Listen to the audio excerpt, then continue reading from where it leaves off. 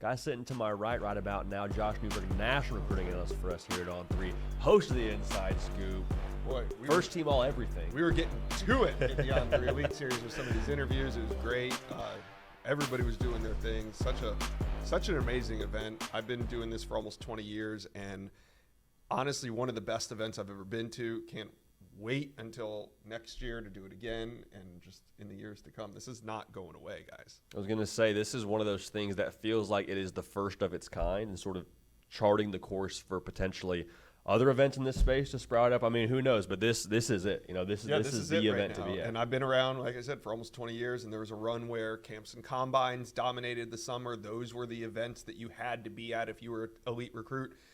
Then the opening with Nike had its run for almost 10 years out in Oregon, in Eugene in Beaverton at their home base. That faded away a couple years ago, and now the Elite Series is going to be the event of the summer for top recruits. Without a doubt, man. Without a doubt. And I want to brag on you real quick because I got to the event, I guess it was Wednesday morning. We had a full day of interviews the day before. You know, everyone's on go, everyone's on tilt. And the next day, everyone's kind of trying to recoup a little bit and get rolling. So I got there, stopped at the office early in the morning, got there right around 9 for the actual event. And I see you, and I'm like, Josh, are you already rolling? You go, dude, I interviewed 5 kids already. You kid? Like I've been going, brother. You talk to everybody and anybody. Just your overall impressions of some of those guys you talked to, and maybe just your overarching thoughts on some highlights from those interviews. Yeah, not to be corny, but this is a great group of individual recruits, kids, young men, young adults, whatever you want to call them. It's really a great group, and one of the things I but there's no such thing as package deals. I mean, I know we always like to say, oh, this group of guys is going to go and link up at this school, but each and every one of these recruits has a great family around them, has their own kind of universe around them, and they're all making huge decisions. And there's just no way. Yes, some of these guys will link up on the next level and be on the same team together, but there's no such thing as a package deal. Everybody is making the best decision for themselves. Also, just the amount of talent that was here.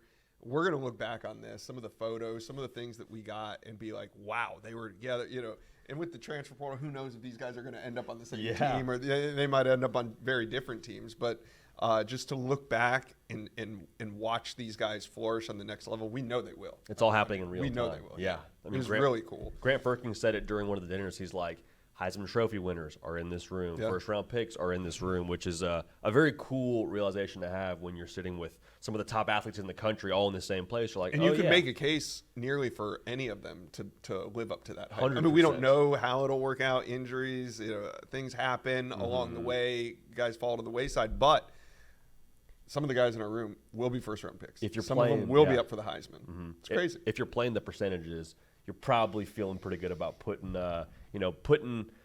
a statement out there that, maybe the Heisman Trophy winner was in that room. And I also shout out to all the parents that came. Yeah. A lot of parents, and shout out to all the parents that watch this channel, because last night they were all in the office. We had a big event, a tailgate-style event here at On3 headquarters. So many of the parents walked by and said, oh, I know that shot. Oh, that's the shot on YouTube. Okay, I've seen that on and the Inside Scoop. Yeah, everybody was mentioning how they watch the On3 or On3 Recruits channel, so that was really cool. It was phenomenal, man. Well, speaking of the On3 Recruits channel and the Inside Scoop, one, subscribe, because there's a ton of content coming on there that's already either out there from the event or still on their way from the event that's getting uploaded and edited. There was not, to me at least, as a consumer of the Inside Scoop, a more anticipated conversation than the one you had with Julian Lewis. What was that like? It was fun. I thought he was great for that, because Julian Lewis does a ton of interviews. He gets a lot of the same questions. I try not to ask the same questions, but I know that he's been through it, and I watched him do a couple interviews with Chad and Steve Wiltfong, and they weren't on camera, and he was kind of a little bit more reserved, a little bit more insulated, and I was like, okay, well, we'll see what we get out of this interview. And he was phenomenal. We sat down at the desk, and he actually, I just wanted to get him in, get him out, do our thing. But he started chatting with me a little bit before as we were setting up. And he seemed like, okay, I'm ready for this interview. And I was like, well, I'm ready for this interview too. And it was great. I found out from Julian that I think that USC, they do provide him a lot of things that other schools can't provide him. Not just Lincoln Riley, and that is a big one that other schools can't provide. Lincoln Riley is in LA, but just the city of LA and the things that can provide for him. And he made a distinction that, like, he loves Carrollton, Georgia, but LA is where he wants to be. Interesting. So you came away from that one feeling more confident that, okay, he's sticking with that commitment of USC. Way more confident. Really? Okay, interesting. I thought, I don't want to say I thought it was inevitable, because obviously if it was that easy, he would have decommitted already, but there was reasons why he was committed to USC. But having talked to him, I can kind of understand more from his perspective. Now, I did grill him on a lot of other topics just to see where he stood, but what he said in the beginning of that interview about USC kind of stuck with me. Yeah, it's interesting because I think so many of these kids, and this event's a tremendous part of that, they're becoming more and more savvy, feels like the right word, to the business of college football. NIL is a factor, and like we sat down with Deuce Knight, and I believe you may have done that as well, and Dukes the Scoop did as well. He just was basically saying, like, I'm locked in with Notre Dame, but also I understand, like, stuff can change in 6 months. Coaches leave, people leave, stuff happens, but yeah.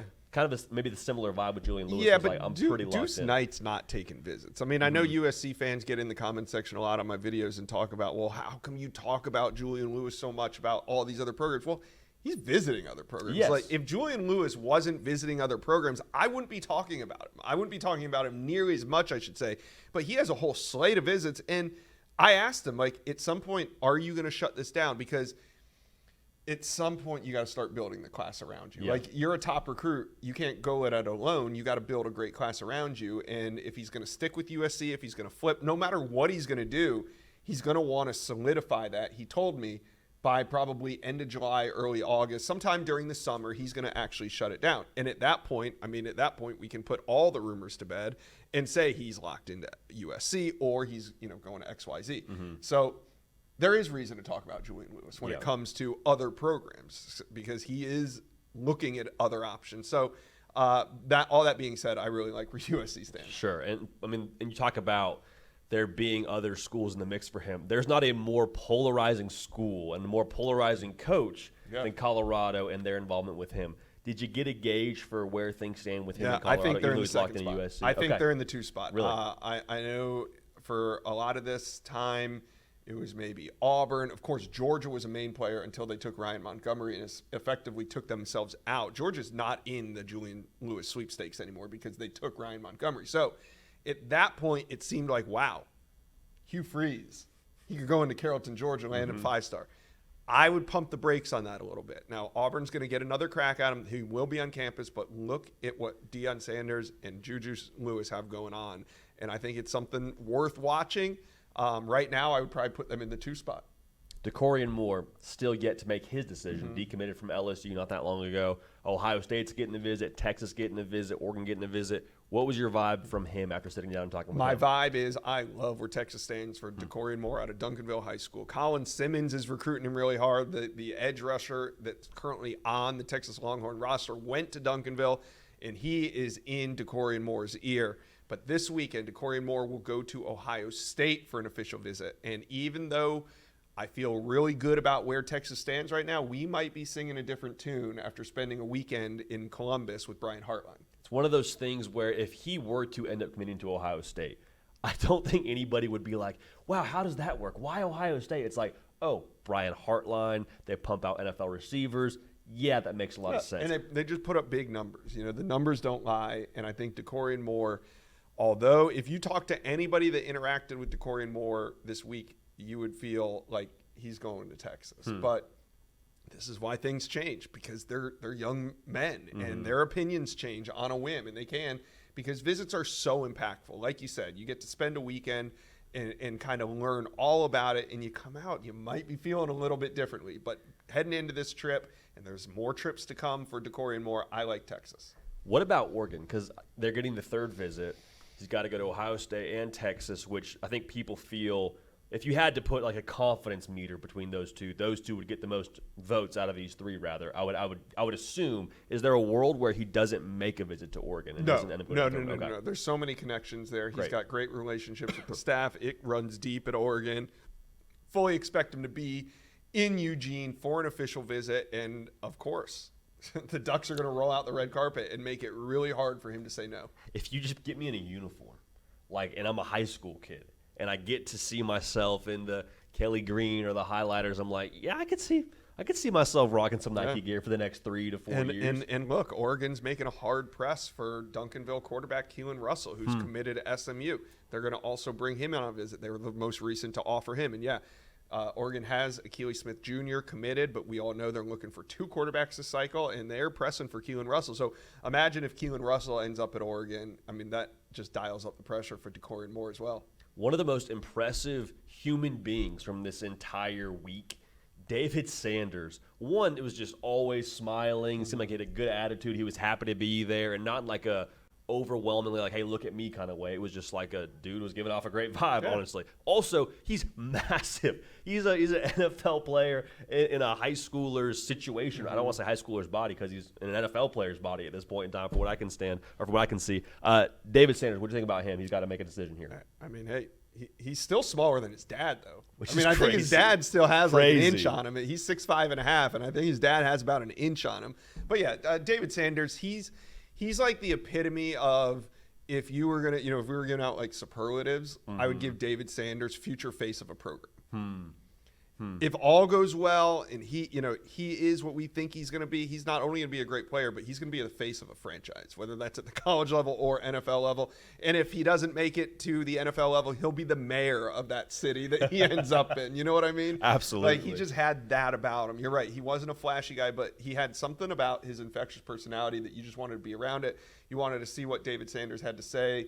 And a lot of it comes from his family, because his mom and dad were here, and he's just a mirror image of them. So David Sanders, though, this weekend he'll be in Clemson. I know up until this weekend there's been so much talk about Georgia and Tennessee, but this weekend David Sanders goes to Clemson, and this is a big one. They hired Matt Luke in the offseason, a huge hire that, kind of maybe put things in Clemson's favor. But these visits to Knoxville, these visits to Columbus have added up. Now it's Clemson's shot. They'll get him on big official visit weekend. I believe it was you, when you sat down with him, he said, hey, Tavian St. Clair and George McIntyre are both respectively recruiting me to Tennessee and Ohio State, harder than some of these coaches. Where do the Buckeyes and the Vols sit for the top uncommitted prospect in America? It's a tug of war between those 2 committed quarterbacks. And the funny thing is George and Tavian were here, and David Sanders. So it was another time for David Sanders to be recruited by his buddies. I don't know.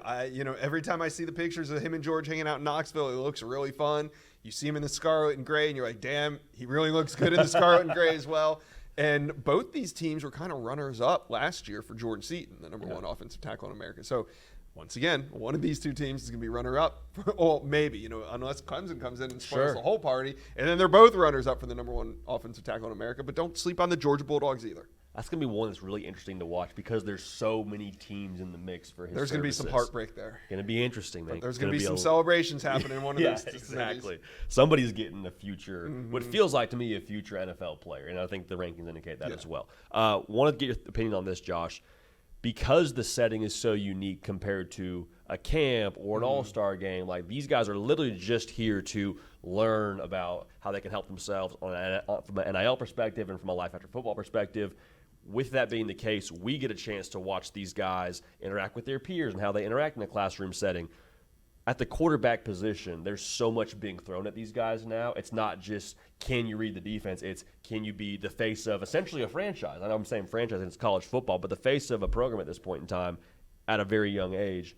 Who was impressive to you when it comes to, like, being in that mold of an adult, of a like I said, face the franchise kind of format? Well, we talked a lot about George and Tavian already, and I think if you're going to be the face of the franchise, face of the program, the one thing you got to do is recruit. You got to be the bell cow. I think that's an important part of it, and both those guys have those characteristics.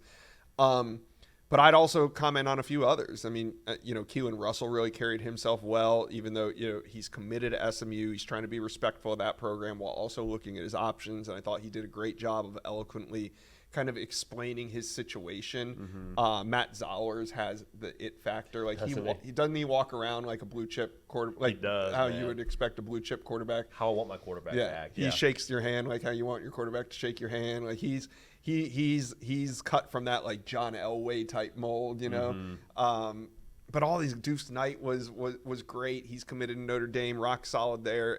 A great relationship with him and Will Black, the offensive tackle that's committed to Notre Dame. You could see that those two guys really had a give and take relationship. It was really cool to see.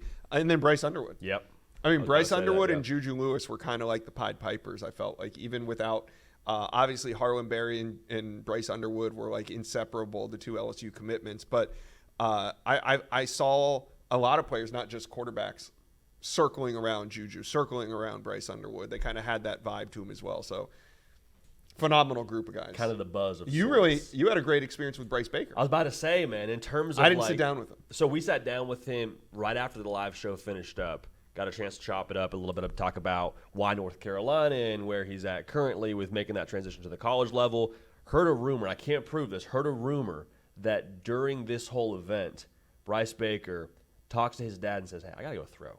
I got to get the wing loose a little bit. So they go to a park. Again, can't prove this. This is what I heard. Goes to a park in Nashville, and he just got a workout in. And it's like, okay, you're in Nashville. It's an event to kind of celebrate where you're at right now, and it's an event to, interact with your peers. And he's like, man, I got to get some work in. That, to me, said a lot. I thought was really impressive. If that ends up being the case, I thought think it was cool. Elite 11, if you're listening, I think here's what we need to do. We need to take the On3 Elite event, and it goes Tuesday, Wednesday, and it ends Thursday. The Elite 11 finals needs to come to Nashville and pick up on the Thursday, Friday, Saturday, Sunday, or whatever 3-day event it is. Do the Elite 11 right here in Nashville because we already got the top quarterbacks here. You invite a couple more, and we got the whole field, and then it's in that because I think maybe there needs to be a competition element to this, and maybe it's the Elite 11. Call me. DM's open on Twitter. They love LA. I don't think the Elite 11's leaving LA, but I do think like some sort of competition element maybe in the future. I don't know. It's crazy because we're only in the second year of this thing, and you have to imagine like this year compared to last year. I mean, it was like 10x whatever last year. Well, it literally was double. We had 25 prospects here, and it seemed like a lot. And this year we had 50. I think we could do maybe a couple more. Incredible, man. Yeah, I mean, a huge, huge tip of the cap, obviously, to Grant Firking and Shannon Terry and the entire On3 Elite team that got this done, man. Job. Any final thoughts on this whole Elite series, whether it's a prospect we haven't talked about yet or someone who is impressive?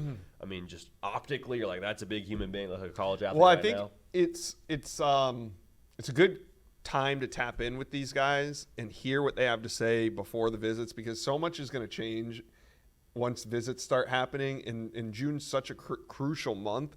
It's almost like it's almost like we're at halftime, but the second half is really only 4 or 5 weeks. Like the first half is from February until the end of May, and then the second half is like the beginning of June when official visits start. By July 4th and 5th, we'll have a ton of 5-stars starting to commit.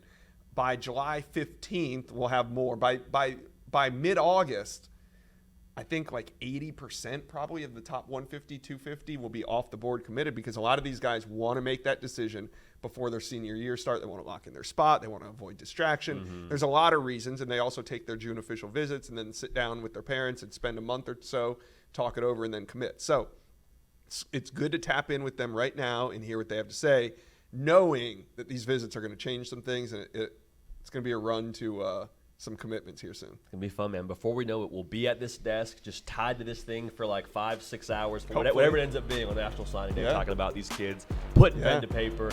But again, phenomenal event here in Nashville. And Josh Newberg of the Inside Scoop, the On3 Recruiting channel, subscribe there. Covered it better than anybody else in the entire industry. Josh, you're the man. Appreciate it. Been a blast. Thank you.